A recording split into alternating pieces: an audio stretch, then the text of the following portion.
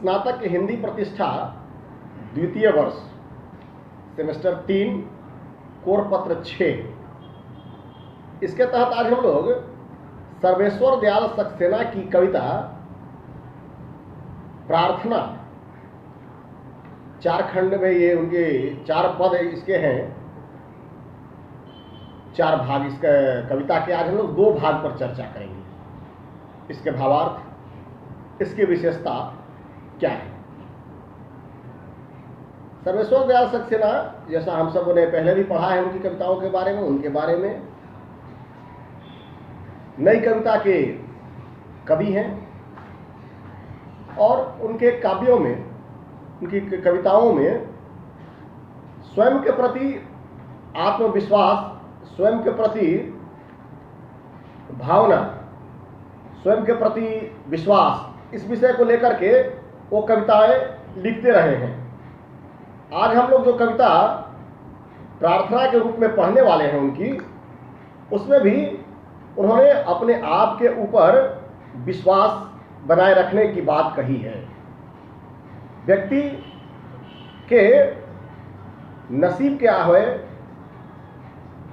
उसके कर्म क्या है, इस विषय पर वो बात रखते हैं। इस कविता में उन्होंने ईश्वर से अपने लिए कुछ नहीं मांगा है। इस प्रार्थना है, ईश्वर से प्रार्थना है उनकी। इसमें उन्होंने अपने लिए कुछ नहीं मांगा और अपने हालातों पर छोड़ने के लिए आग्रह किया है। लिखते हैं, नहीं नहीं प्रभु, तुमसे शक्ति नहीं मांगूंगा, अर्जित करूंगा उसे मरकर बिखर कर, आज नहीं कल सही आऊंगा उबर कर, कुचल भी गया तो लज्जा किस बात की, कुचल भी गया तो लज्जा किस बात की, रोकूंगा पहाड़ गिरता, शरण नहीं मांगूंगा, नहीं नहीं प्रभु तुमसे शक्ति नहीं मांगूंगा। कवि कह रहा है कि हे प्रभु, मैं तुमसे शक्ति का मांग नहीं करने वाला हूं। ये मैं शक्ति अपने आप से अर्जित करूंगा, अपने परिश्रम से अर्जित करूंगा। चाहे इसके लिए मुझे प्राण त्याग देना पड़े, मर जाऊंगा, बिखर जाऊंगा, लेकिन तुमसे शक्ति का मांग नहीं करूंगा। क्योंकि मांगने वाले को मिलता नहीं है। कहा भी गया है कि बिन मांगन मोती मिले, मांगत मिले न भीख। इसलिए मैं तुमसे मांगूंगा नहीं, बल्कि स्वयं के परिश्रम के बल से उसको अर्जित करने का प्रयास करूंगा, और आज नहीं तो कल उसे प्राप्त करके ही दम लूंगा। और अगर इसे प्राप्त करने में मैं कुचल भी गया, नहीं प्राप्त कर पाया, तो भी लज्जा किसी बात की मुझे नहीं आने वाली है। यानी मुझे कोई निराशा नहीं होगी, लेकिन पहाड़ रोकने जैसी, चट्टानों को रोकने जैसी जो प्रतिक्रिया है, जो कार्य है, वह मैं करूंगा, लेकिन शरण नहीं मांगूंगा किसी से, किसी के शरणागत नहीं होऊंगा। प्रभु, मैं तुमसे शक्ति नहीं मांगूंगा। आगे लिखता है, कब मांगी गंध तुमसे गंधहीन फूल ने, कब मांगी कोमलता तीखे खींचे शूल ने, तुमने जो दिया दिया, अब जो है मेरा है, सो तुम व्यथा रैन अब मैं ही जागूंगा, सो तुम व्यथा रैन अब मैं ही जागूंगा, नहीं नहीं प्रभु तुमसे शक्ति नहीं मांगूंगा। कह रहा है कवि कि प्रभु, मैं तुमसे शक्ति का मांग नहीं करने वाला। आखिर गंधहीन जिस फूल जो है, जिसमें कोई गंध नहीं है, उसने कभी तुमसे गंध मांगी क्या? नहीं मांगी। जो कांटे हैं, जो विकराल कांटे हैं बड़े बड़े, उन्होंने भी कभी अपने लिए कोमलता नहीं मांगी तुमसे। जो जिसका है, जो आपने दिया, वो स्वीकार है। अलग से मुझे कुछ नहीं चाहिए, जो तुमने दिया वह दे दिया, अब वह मेरा है। हमको उसी के साथ जीना है, तुम चैन से सो। और ये अगर कष्ट की घड़ी भी है, ये व्यथा जो है, ये दुख की रात्रि जो है, वह मैं जाग करके व्यतीत करूंगा, लेकिन तुमसे शक्ति की मांग नहीं करूंगा।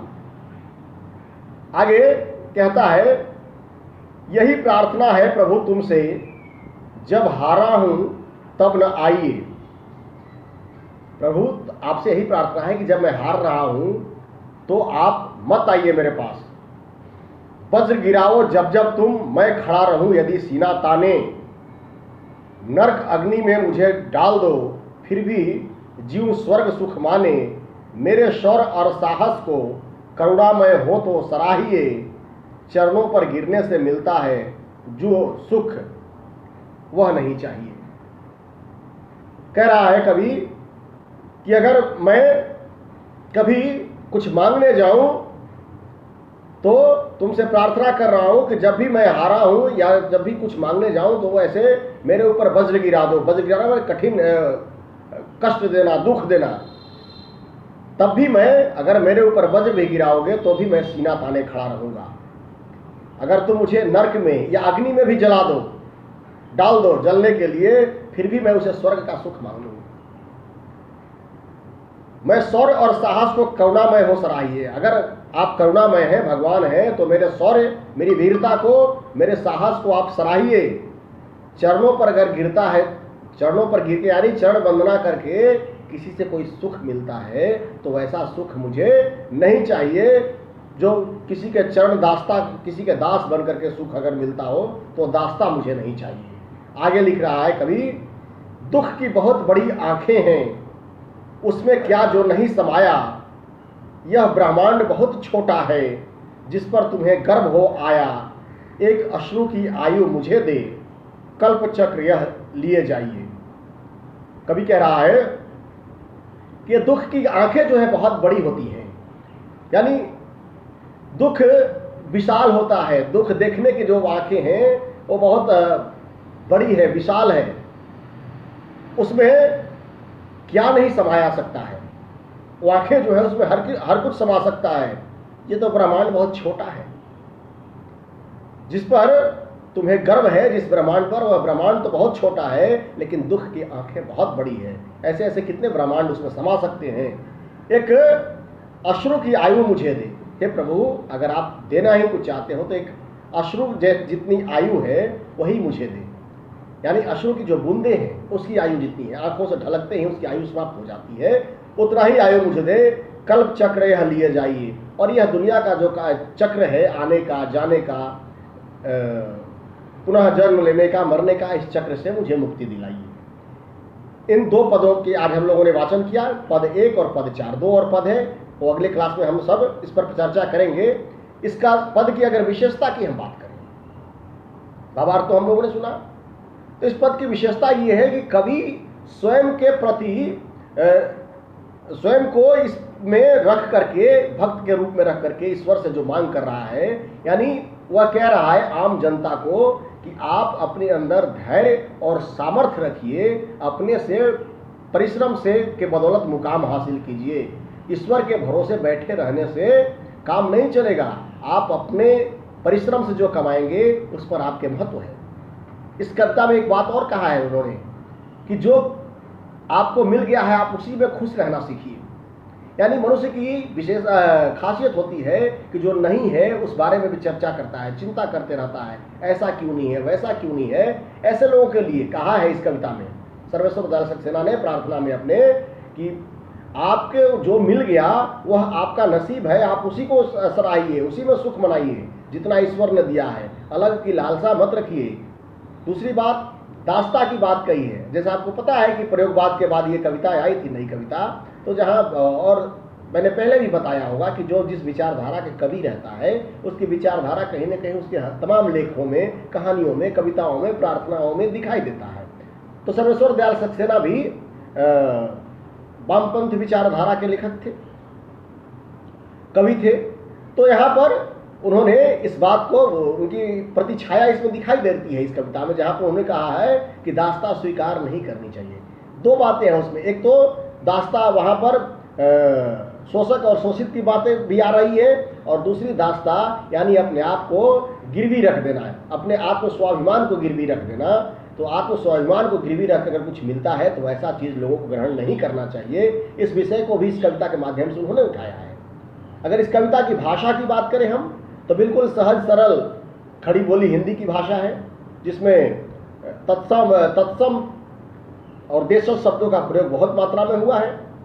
अगर हम शैली की बात करें तो मुक्त छंद शैली, जैसे नई कविताओं के प्रयोगवाद के और नई कविताओं का दौर में रहा है।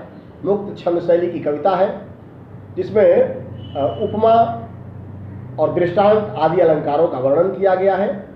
कुल मिलाकर हम कहें तो सर्वेश्वर दयाल सक्सेना की ये जो प्रार्थना है ईश्वर के प्रति, ये प्रार्थना के माध्यम से उन्होंने आम जनमानस में इस बात को स्थापित करने का प्रयास किया है कि आप ईश्वर के भरोसे मत बैठें, अपने कर्मों के बदौलत चले, कर्मों के बदौलत आगे बढ़ें और उसी से जो सफलता प्राप्त है वो उसी में खुश रहना सीखें। दूसरे के दासत्व को स्वीकार कर खुश रहना मरने से बेहतर है। प्रभु ने आपको जीवन दिया, यही बहुत बड़ी बात है। हर बात प्रभु से मांगेंगे, प्रभु के आश्रय में बैठे रहेंगे तो वह उचित नहीं होगा। शक्ति स्वयं अर्जित कीजिए, संपन्नता स्वयं अर्जित कीजिए और जितना मिलता है उसी में खुश रहिए। इसी विषय को स्थापित करने का प्रयास किया है। आज इतना ही, बाकी अगले क्लास में।